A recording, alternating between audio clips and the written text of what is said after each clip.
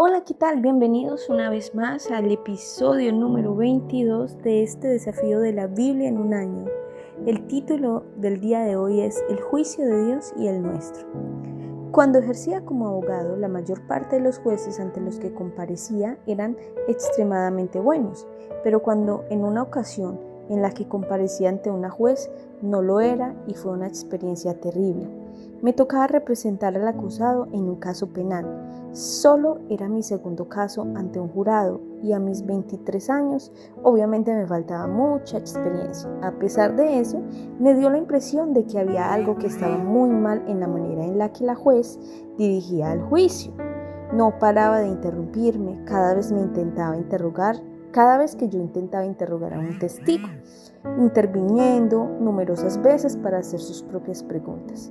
Terminé teniendo lo que el ujier del tribunal describió como una acalorada discusión con la juez.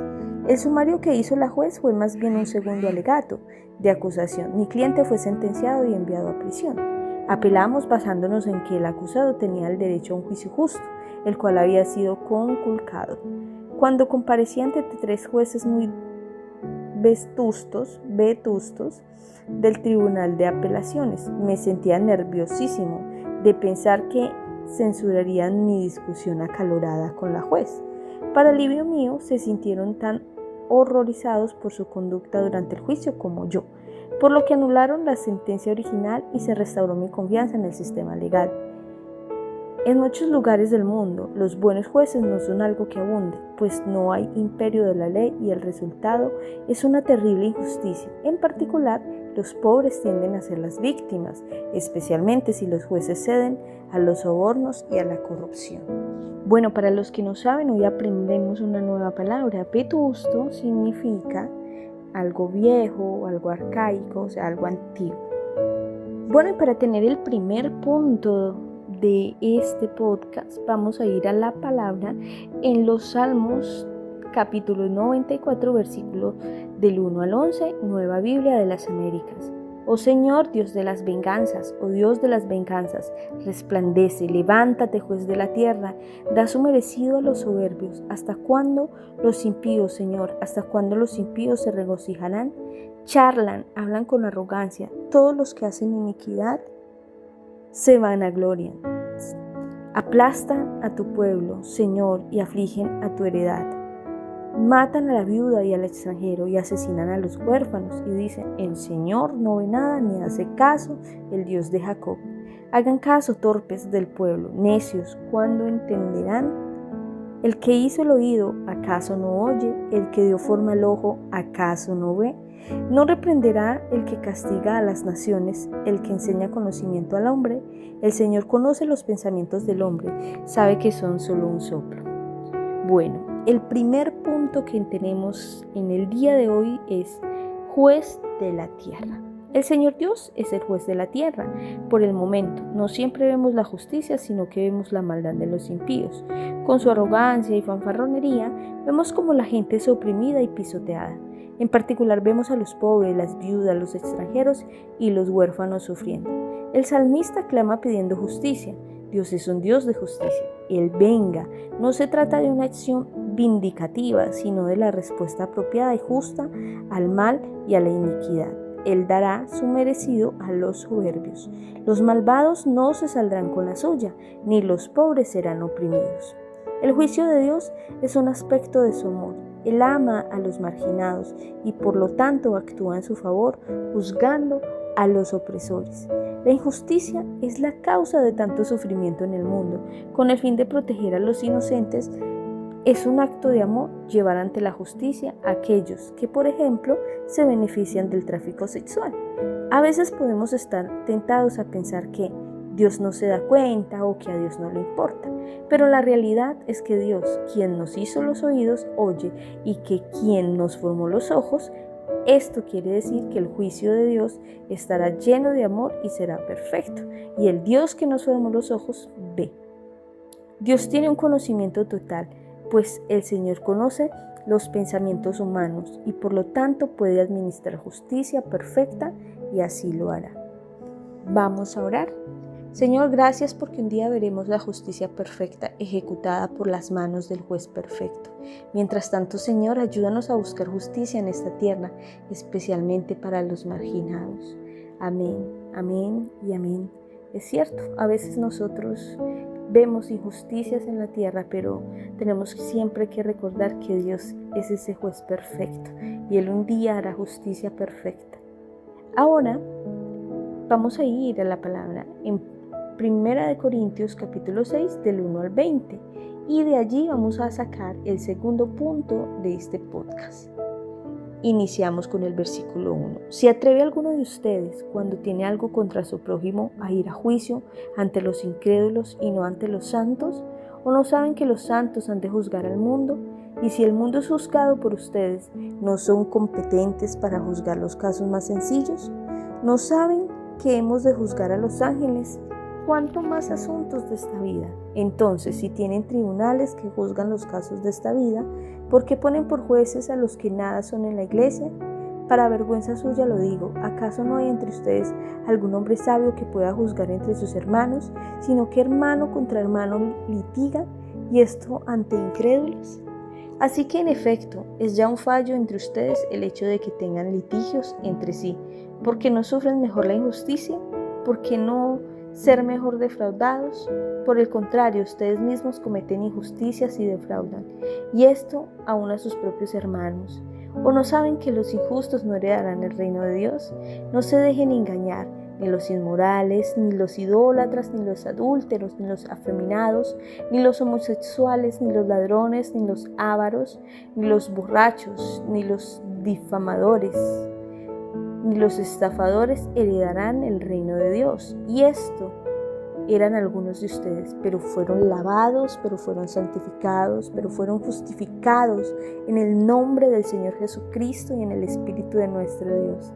Todas las cosas me son lícitas, pero no todas son de provecho. Todas las cosas me son lícitas, pero yo no me dejaré dominar por ninguna. Los alimentos son para el estómago y el estómago para los alimentos, pero Dios destruirá a los dos. Sin embargo, el cuerpo no es para la fornicación, sino para el Señor, y el Señor es para el cuerpo. Y Dios, que resucitó al Señor, también nos resucitará a nosotros mediante su poder. ¿No saben que sus cuerpos son miembros de Cristo? ¿Tomaré acaso los miembros de Cristo y los haré miembros de una ramera? De ningún modo. ¿O no saben que el que se une a una ramera en un cuerpo con ella? Porque Él dice, los dos vendrán a ser una sola carne. Pero el que se une al Señor es un espíritu con Él. Huyan de la fornicación. Todos los demás pecados que un hombre comete están fuera del cuerpo, pero el fornicario peca contra su propio cuerpo. ¿O no saben que su cuerpo es templo del Espíritu Santo, que está en ustedes, el cual tienen de Dios, y que ustedes no se pertenecen a sí mismos, porque han sido comprados por un precio? Por tanto, glorifiquen a Dios en su cuerpo y en su espíritu, los cuales son de Dios. Bueno, y el segundo punto es jueces en la iglesia. Vimos ahorita juez en la tierra, que era Dios, y ahora vamos a mirar jueces en la iglesia. En el Nuevo Testamento, la regla general es que los cristianos nunca deberían acabar pleiteando ante los tribunales de justicia entre ellos. El apóstol Pablo está escandalizado porque los creyentes en Corinto se demandaban ante los tribunales los unos a los otros. Que los creyentes se demandaran entre sí ante los inconversos era un antitestimonio terrible para la iglesia. En palabras del mensaje, ¿tiene algún sentido acudir a un tribunal que no sabe nada de los caminos de Dios, en vez de acudir a la familia de los cristianos? Es mejor que a uno le hagan mal o lo engañen que acabar envuelto en pleitos. Pablo los exhorta a que si tienen alguna disputa, arreglen el asunto entre ellos. Si es verdaderamente necesario resolver una disputa, entonces deberían designar jueces de la iglesia. Pablo señala que un día los santos han de juzgar al mundo. Como dice el mensaje, llegará el día en el que el mundo comparecerá ante un jurado compuesto por los seguidores de Jesús. Pablo sugiere que este juicio incluirá el de los ángeles caídos. El argumento de Pablo es que si un día seremos parte de aquel gran día del juicio final, seguramente que en el presente somos capaces de juzgar casos relativamente triviales. Haz todo lo posible para evitar demandar a otro ante los incrédulos. Habrá un juicio final y los malvados no heredarán el reino de Dios. Pablo enumera varios tipos de pecadores. En palabras del mensaje, aquellos que usan y abusan de los demás, usan y abusan del sexo, usan y abusan de la tierra y todo lo que contiene, no califican como ciudadanos del reino de Dios. Un cierto número de aquellos para los que Pablo estaba escribiendo tuvieron que haber practicado en el pasado estilos de vida como los descritos y tuvieron que haber estado incluidos en la lista que enumera Pablo. Pero el apóstol le escribe esto: pero ya han sido lavados, ya han sido santificados, ya han sido justificados en el nombre del Señor Jesucristo y por el Espíritu de nuestro Dios. Todos merecemos ser condenados en el juicio final. No tenemos de qué sentirnos autojustificados ni de qué alardear. Por medio de la muerte de Jesús por ti, fuiste lavado, santificado y justificado. Ser justificado significa ser absuelto ante el gran tribunal de Dios. El juicio se realiza y es ahora cuando recibes ese veredicto. Puedes tener gran confianza en el futuro, pues la muerte no es el final. Con su poder Dios resucitó al Señor y nos resucitará también a nosotros. No solo puedes estar seguro de que un día serás resucitado a la vida eterna, sino que por medio de Jesús también puedes tener la seguridad y de presentarte con confianza ante el juez de toda la tierra, santificado y justificado. Esto no significa que puedas ir y hacer lo que te plazca. Más bien, al contrario, tu cuerpo es ahora un templo del Espíritu Santo. Fuiste comprado por un precio y por lo tanto has de huir de la inmoralidad sexual. En el mensaje se nos dice que no debemos buscar el tipo de unión sexual que huya del compromiso y la intimidad, dejándonos más solos que nunca. Y Pablo nos recuerda, su cuerpo es templo del Espíritu Santo. No dejes que nada te domine, tu cuerpo pertenece a Dios. Úsalo para honrarlo. Amén. Así es. Y ahora oremos. Señor, gracias por ser lavado, limpiado por medio de la sangre de Jesús. Gracias porque ya he sido absuelto. Ayúdame a vivir como alguien que ha sido liberado para honrarte en todo lo que hago. Ayúdame a respetar mi cuerpo, Señor, y a honrarlo como templo de tu Santo Espíritu. En el nombre de Jesús. Amén. Bueno, dicho esto, vamos a ir al tercer punto y para ello los invito a que me acompañen al segundo libro de las Crónicas, capítulo 1, versículo del 1 al 17, Nueva Biblia de las Américas. Salomón, hijo de David, se estableció firmemente en su reino y el Señor su Dios estaba con él y lo engrandeció en gran manera. Y Salomón habló a todo Israel, a los capitanes de miles y de cientos, a los jueces y a todos los príncipes de todo Israel, jefes de las casas paternas. Entonces Salomón y toda la asamblea con él fueron al lugar alto que habían en Gabaón, porque allí estaba la tienda de reunión de Dios, que Moisés, siervo del Señor, había hecho en el desierto. Pero David había traído el arca de Dios en Kiriat Jearim, al lugar que había preparado para ella, porque le había levantado una tienda en Jerusalén. David trajo el arca de Kiriat Jearim al lugar que había preparado para ella, o sea, ahí en Jerusalén. Y el altar de bronce que había hecho Basalel, hijo de Uri, hijo de Ur, estaba delante del tabernáculo del Señor, el cual consultaron Salomón y la asamblea. Subió Salomón allí, delante del Señor, al altar de bronce que estaba en la tienda de reunión, y ofreció sobre él 1000 holocaustos.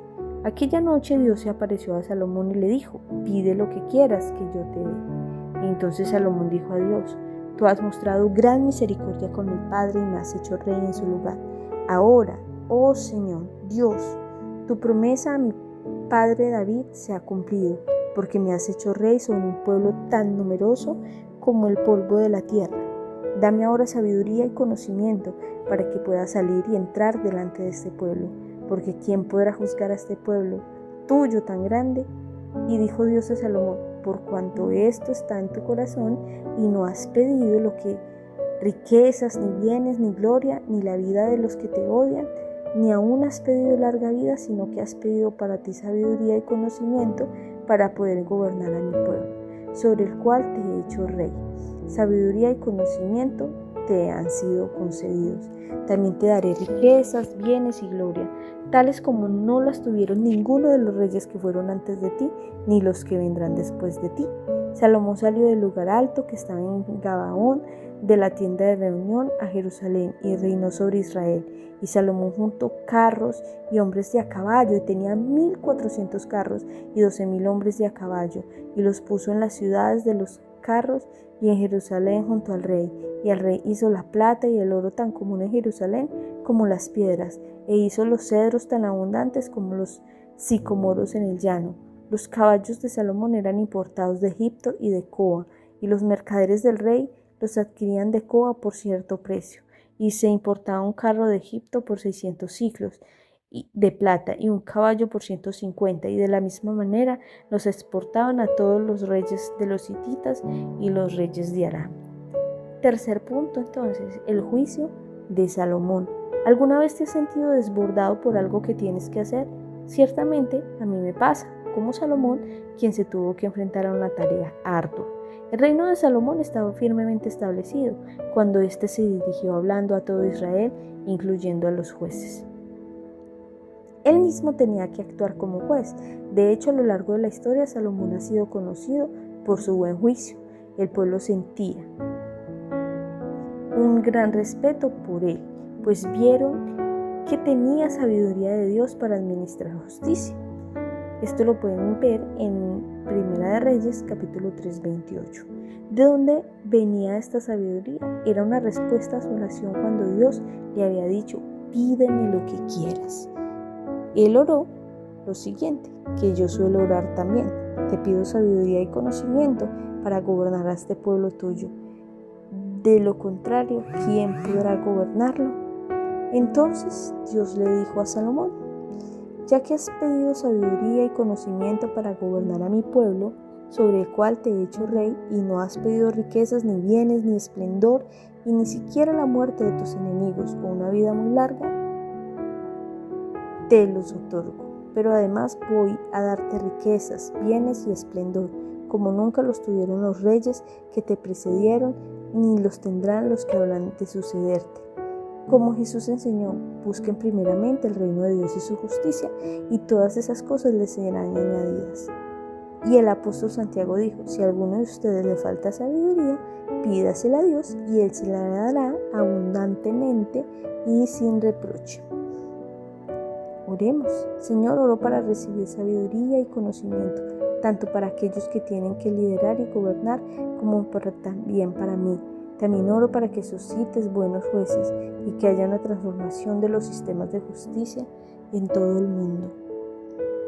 Ayúdanos, Señor, a anhelar esta sabiduría que viene de lo alto, esa que solo tú puedes darnos, Señor, para poder, Señor, manejar nuestra vida y tomar las decisiones correctas, decisiones que te agraden y te glorifiquen en todas las áreas de nuestra vida.